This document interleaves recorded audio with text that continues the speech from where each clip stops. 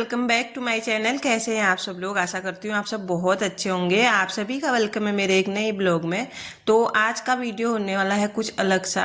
और यहाँ पे मेरी मॉर्निंग की शुरुआत हो गई है सुबह 4:30 बजे से। मैं उठ जाती हूँ 4:30 बजे। तो मैंने सोचा ना आज मैं आपके लिए थोड़ा सा अलग सा वीडियो लेके आती हूँ, और जिससे कि हमारा जीवन और बेहतर हो सके, अच्छा हो सके। इसीलिए आज टॉपिक थोड़ा सा अलग होने वाला है और आप लोगों को थंबनेल देख के पता चल ही जाएगा।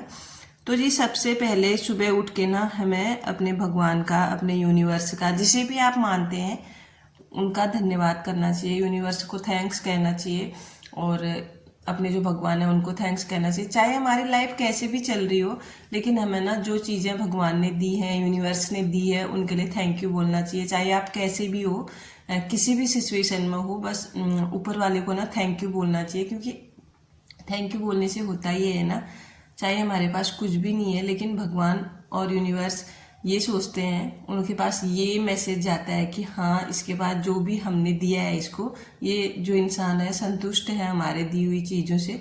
तो इससे ना भगवान भी और यूनिवर्स भी ना हमारी तरफ ज़्यादा अट्रैक्टिव होते हैं।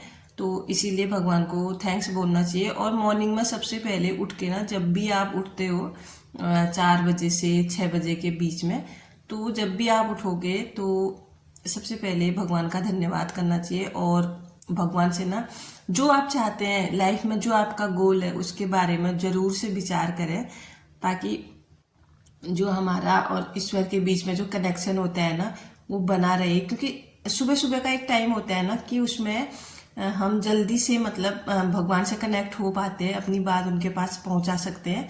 तो इसीलिए ना कभी भी आपको कुछ भी मांगना है ईश्वर से, तो आप 4 से 6 बजे के बीच का जो टाइम होता है ना मॉर्निंग का, उसमें आप डेली 10 दिन 15 दिन उठ के प्रे करेंगे ना, तो आपकी डेफिनेटली 100% वो प्रे पूरी होती है।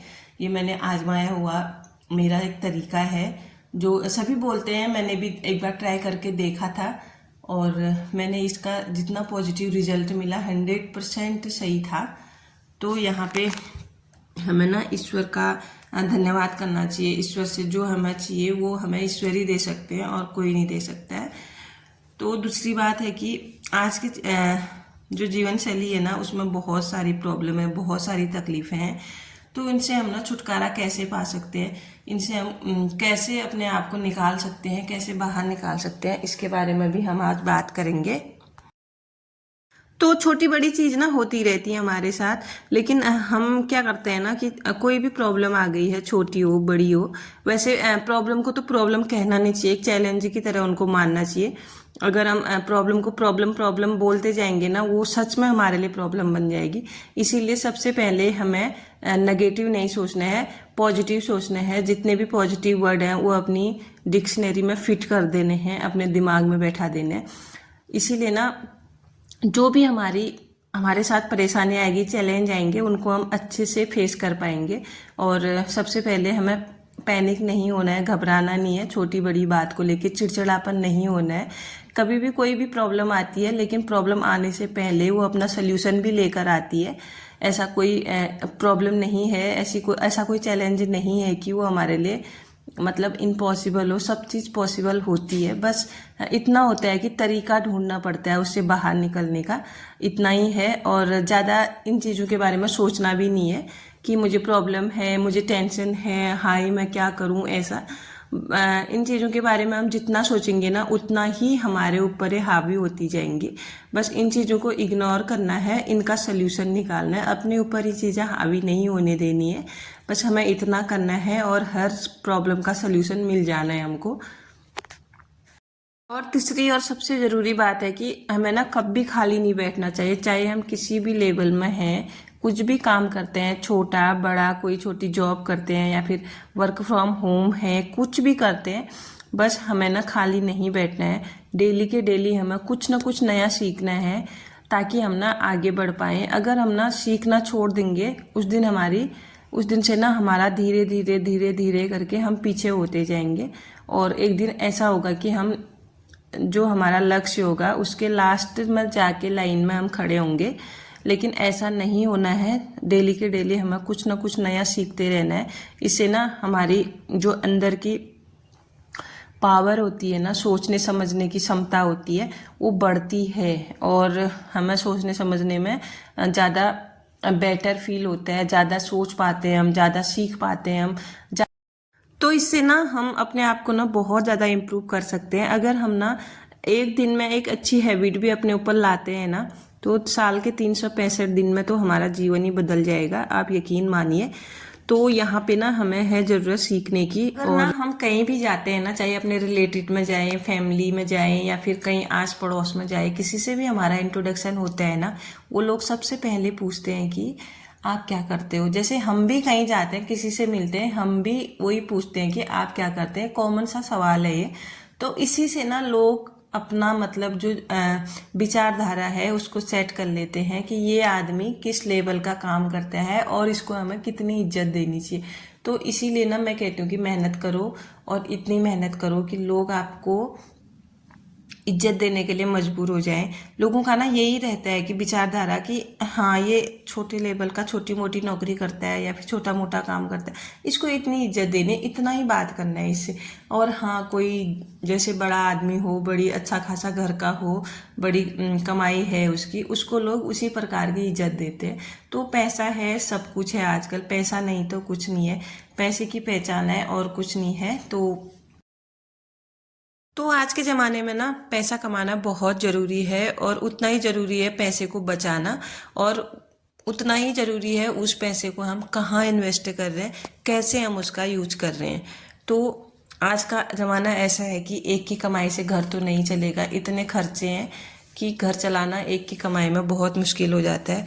तो मेहनत जहाँ पे ना आप बचा सकते हो, जो काम आप खुद कर सकते हो वो काम आप दूसरों से ना करवाएं, इससे ना पैसे की बर्बादी होती है।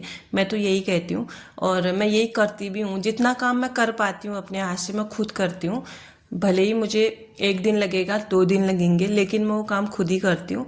मैं ऐसे दूसरे तीसरे को नहीं देती हूँ, ले तू करके दे देना और मैं तुझे इसके बदले पैसे दे दूंगी, ऐसा नहीं करती हूँ। तो ये चीज़ हमें सोचनी पड़ती है।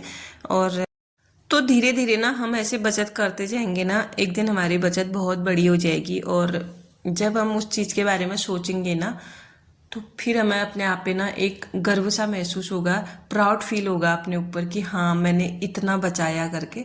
तो एक तो फालतू की चीज़ों से ना बचना चाहिए, जैसे फालतू चीज़ें खरीदने से बचना चाहिए, फालतू बाजार जाने से बचना चाहिए। और कभी भी हम ना छोटी मोटी चीज़ के लिए बाजार चल देते हैं, लेकिन हम एक चीज़ के लिए जाते हैं, 10 चीज़ उठा के ले आते हैं। और हम सोचते हैं कि घर से चलो एक ही चीज़ लेके आएंगे, लेकिन जब हम घर वापस आते हैं ना, तो हमारे हाथ में एक अच्छा खासा बिल होता है। तब तो हमको वो चीज़ें अच्छी लगती हैं। 2-3 दिन बाद ना फिर हमको जिस चीज़ की नीड ही नहीं थी, जिस चीज़ की ज़रूरत ही नहीं थी, वो चीज़ भी हम लेके आते हैं।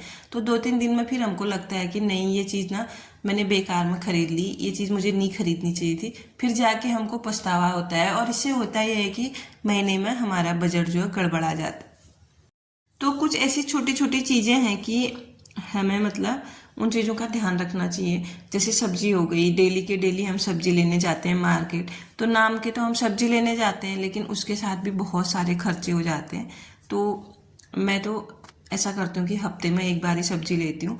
तो अगर हम हफ्ते में एक बार सब्जी लेंगे ना, डेफिनेटली आप कुछ ना कुछ तो बचा ही लेंगी। और वैसे मार्केट का है, रोज़ रोज़ मार्केट जाने से बचना चाहिए।